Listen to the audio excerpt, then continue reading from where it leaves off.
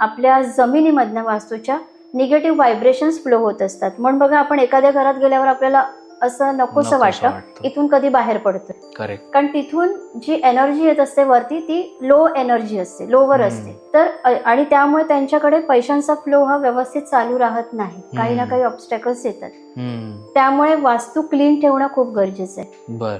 तर सगळ्यात इम्पॉर्टंट आहे, आपण रोज जेव्हा कचरा काढतो, कचरा काढताना शेवटच्या खोलीमधून बाहेर प्रवेशद्वारापर्यंत तो कचरा बाहेर गेला पाहिजे. ओके. कारण दिवसभराची निगेटिव्हिटी त्या कचऱ्यातनं बाहेर जाते.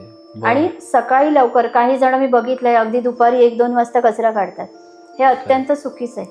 आपल्याला त्या ज्या वेळ दिलेल्या आहेत, या वेळा पण खूप इम्पॉर्टंट आहेत. तसंच तिन्ही संजा असतात, जो लक्ष्मी येण्याची वेळ असते 7:30 ते 8:30, या वेळेमध्ये चुकूनही कचरा काढू नये. कारण हा कचरा काढल्यामुळे तुम्ही लक्ष्मीचा जो प्रवाह येत असतो त्याला पुन्हा बाहेर टाकत असता. तर ही वेळ आहे, खूप इम्पॉर्टंट असते. ओके.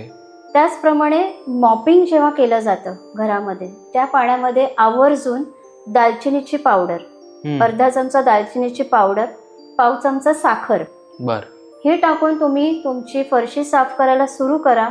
तुम्ही बघाल की तुम्हाला समजेल की किती चांगला फरक पडायला लागलाय रोज हे केल्यामुळे.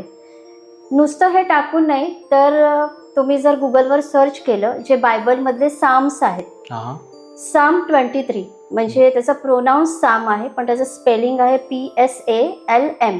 अच्छा.